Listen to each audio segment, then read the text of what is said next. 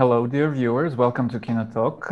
My name is Bogdan Zhuk. I'm a programmer for Kyiv International Film Festival Molodist, which organizes Visegrad Cinema Days 2020, taking place in Kyiv on October 8th, 11th, with the support of the Visegrad Fund. And we are screening films from the so-called Visegrad 4 from this union. So the countries are Poland, Hungary, Slovakia, and Czechia. And one of the films that we are screening is Valan by BELA BAGOTA. And I'm very glad to have the director and the writer of the film, BELA, with us. Hello, BELA. Hello for everyone. Greetings from Budapest.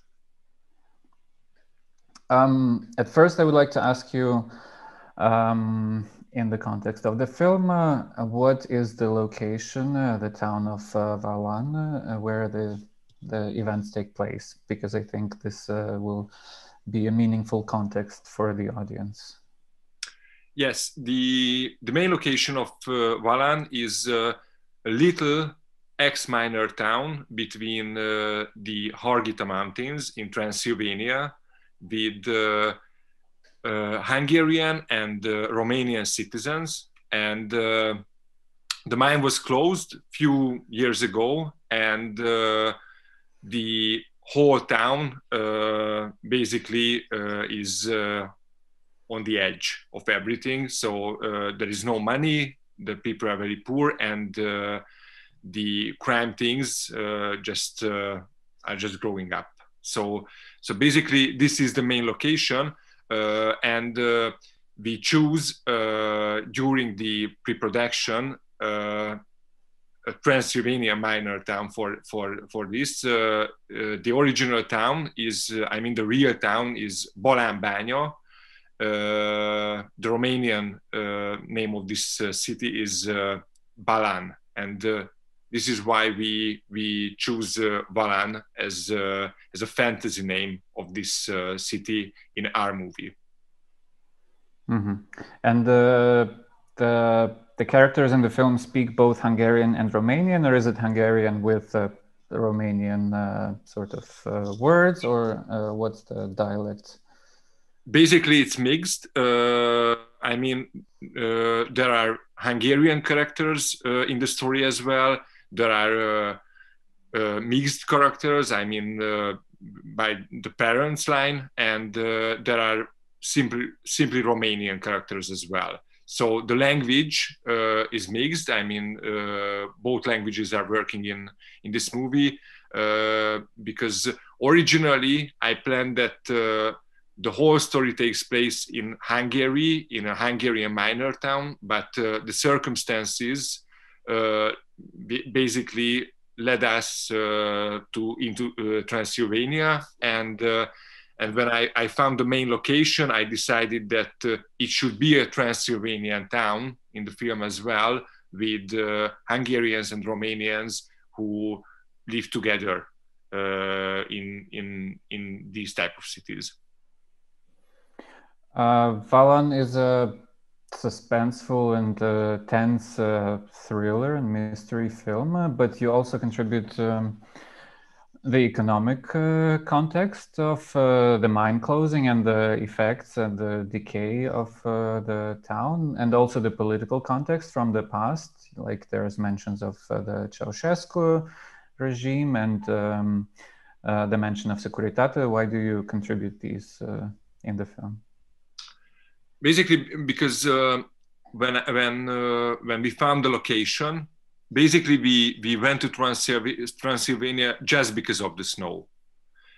We found the main location during the very early phase of the script development, And when we found the city where we can shoot the movie with a lot of snow, and because the snow has a meaning in the story as well, and we found a little town, a little ex-minor town that was that I imaged totally like this during the script writing. I decided that I need to dig in this context of the Transylvanian town. I mean, in historic way as well, in economical way as well, because my aim was that I would like to be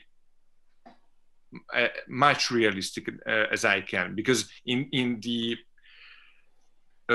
movies, the movie's biggest question is, or the biggest problem that I wanted to show to the audience in this movie is child trafficking and child prostitution, and I didn't want to lie. Anywhere we went to, I didn't want to lie with the context. So when I started to dig in with my colleagues and the producer of Valan, László Kántor, he was born in Transylvania, in Cluj. They helped me a lot. So I didn't know anything basically about Transylvania and about Romania, but my colleagues, the producer, the production designer, the music composer, and there were a lot of people around me who helped me to dig in as deep as we can in a situation like these kind of former minor towns in Transylvania. And for example, the past, the happenings or the plot in the past, it was important for me to find a situation that can be chaotic because of the crime story and because of the secret of the story. And I needed a chaotic situation. And for example, the Romanian Revolution in 1989, it was a perfect solution. And it came from the history of Romania and Transylvania. Mm-hmm. And you create, especially with your cinematography and generally, this kind of sense of doom, sort of, and where these elements, economic, also contribute. And generally, the whole cinematography and mountains and snow kind of recall the Scandinavian thrillers and mystery films, and I've seen that also in a couple of Hungarian films. But also at the same time, it's kind of reminds you of Seven by David Fincher in a way, and some other American films. So what were your inspirations for this when you were creating it, the screenplay and working out the cinematography and everything? I really liked the genre. I mean, I really liked crime stories or psychological crime stories or thrillers.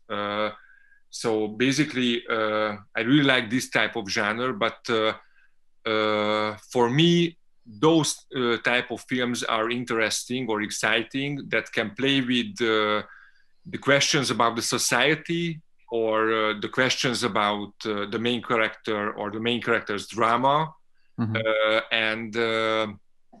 And I wanted to find this type of balance during the script writing, that how we can put together the exciting part with the realistic part. With the realistic problem, showing the basically through all of the characters what can be the answers for this type of question. What can we do with child trafficking in these type of poor regions? And I really wanted to dig in Peter's psychology. I mean, the main character is Peter, who arrives back to his hometown, where his sister disappeared almost 20 or 22 years ago. So basically, I wanted to find this type of balance, and I really like these type of movies. For example, Prisoners, because during the storytelling and through the characters, it can be dramatic in a way. You can basically, this is a character-driven movie. I mean, Prisoners with the father and with the investigator, but the crime story, what happened, who did it, it's also in the focus. And I really like these type of movies because of the effect on the audience can work in this type of complex way. Mm-hmm. This was your first film as a director, so I'm curious, was it difficult to raise money for the film that seems like a pretty, not a low budget film, and how was it, also considering that it's a genre film, maybe it was easier with the genre film, or on the contrary, how was the process of the funding? Basically, in the genre way, it was not so easy because in Hungary, crime stories or crime movies are not so popular in cinemas in this type of way. I'm in streaming or in VOD or in television. It's very popular, but not in cinemas. So in the genre way, it was not an easy way. They found much more like, for example, comedies from exact genres. So in the other way, I mean, this was my first feature film, but I graduated 10 years ago in the University of Theatre and Film Arts in Budapest, and from then I made a lot of applications. I mean, in script development, but in different phases, the fund stopped them. But I think they saw that I won't stop. So if they throw me out on the door, I will climb in again through the window with another script that I have another thriller. So, and they basically, they knew me. Because I was working in the last 10 years as a first assistant director in Hungarian movies as well, and this thing I think it guaranteed next to the script and next to everything with the project, but it was a guarantee for them that I can make this hard type of movie because we were shooting in really hard circumstances, and the whole story and the whole plot was not an easygoing way. And the other, and of course, it was very important to make this application and work together with László Kántor, the producer of Valan, because he was a guarantee as well that this movie can be good for the fund. So when we put together these elements, I mean, in the financial way, the fund was in, and that at last the script made a really great effect on them. So I think these elements guaranteed that we can shoot this movie in a good way. So you think that thrillers would be something that you would keep doing? Yes. Basically, I have a very big interest in this genre. I felt I had a great experience with Valan because in as a scriptwriter, in a narrative way, I could have told much more stories. From these characters or from about this city. So the experience for me, it was maybe I need to go to a direction of series or mini-series because it's another way of storytelling, and you have much more time and much more energy, much more characters to work with exciting and turning plot. So in a storytelling way, it was a big experience, but I feel that basically this is my way. I really like to tell these type of stories in the future. And has the film been successful because it premiered in Warsaw, right, last year at the film festival, and it has been released in Hungary. I know that it got a few awards at the film festivals, including for cinematography. Yeah. So basically for the audience first, because this is very important for me. It was not a big hit in Hungary. Mm-hmm. What was a surprise for us that the premiere was in November of 2019, and 1 week later, after the Hungarian premiere, there was a Romanian premiere focused on Transylvania, and it was a big hit there in cinema. Mm-hmm. So there were only full house screenings in Transylvania. I mean, basically because of the location, because of the actors, because most of the actors came from Transylvania, and the audience there knew them much more better. So I felt it was a bigger hit in Romania. But mm-hmm. When you put together these two audience, it was not a failure.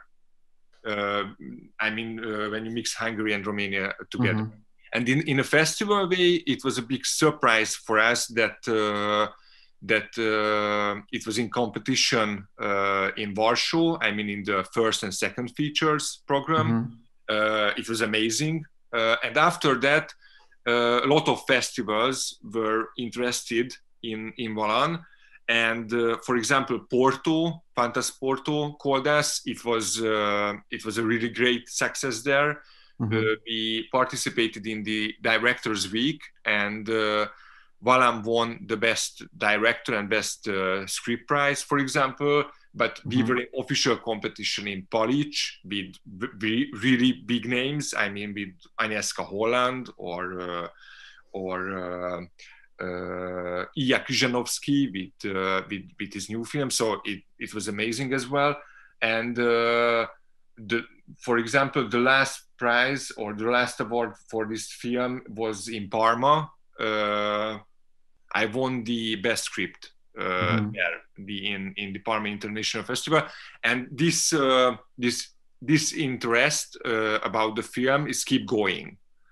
So basically, it's a genre film, but the festival are interested in, and we participated in Hungarian festivals as well. And for example, for the critics, it was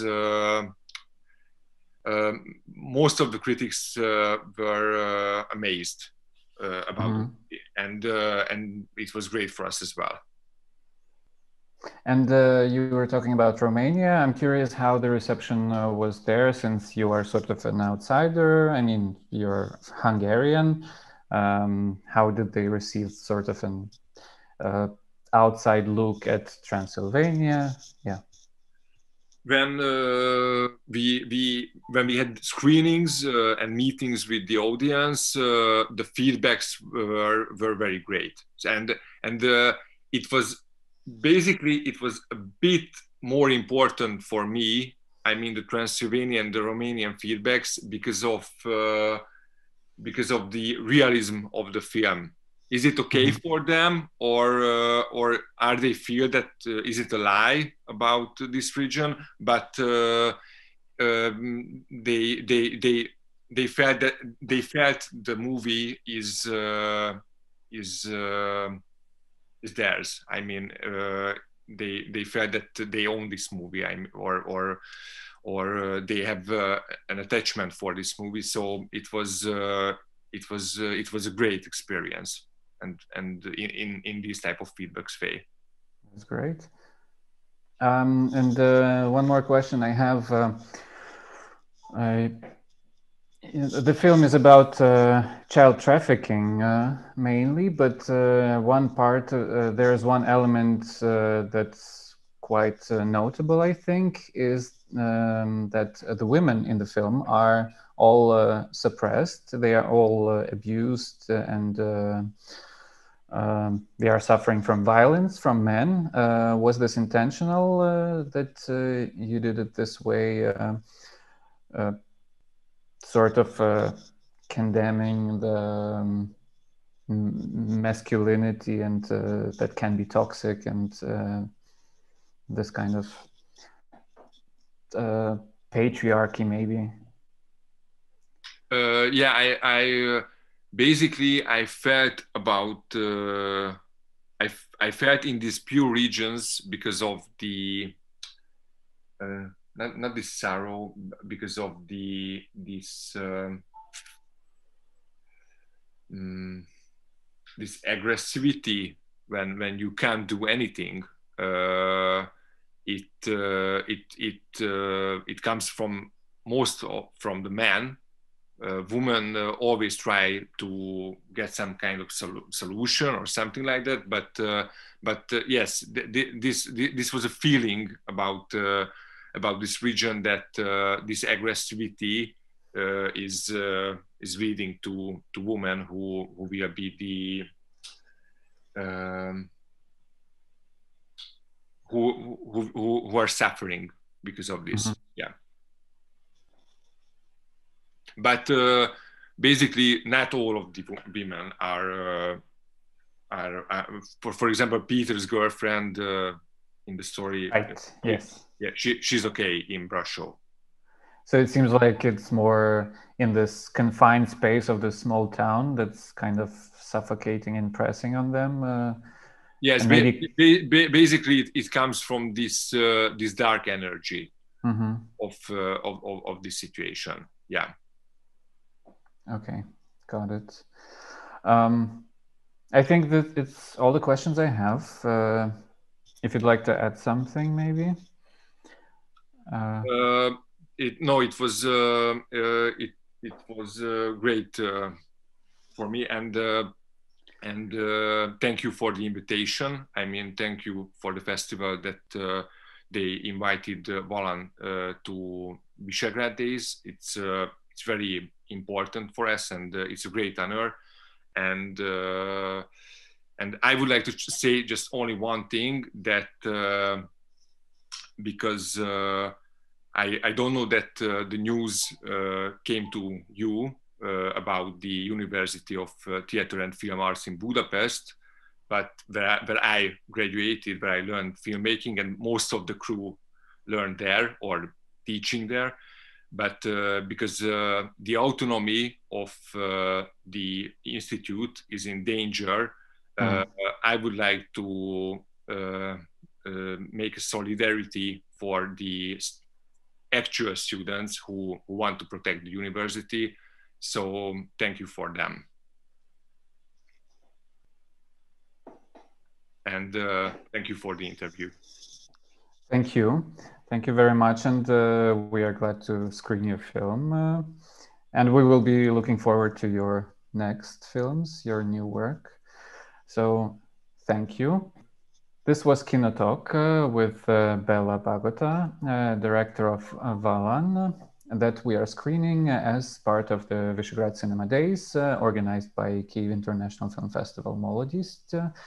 On October 8th, 11th, 2020. I'm programmer of the festival, Bogdan Zhuk, and I hope you enjoy this film and other films.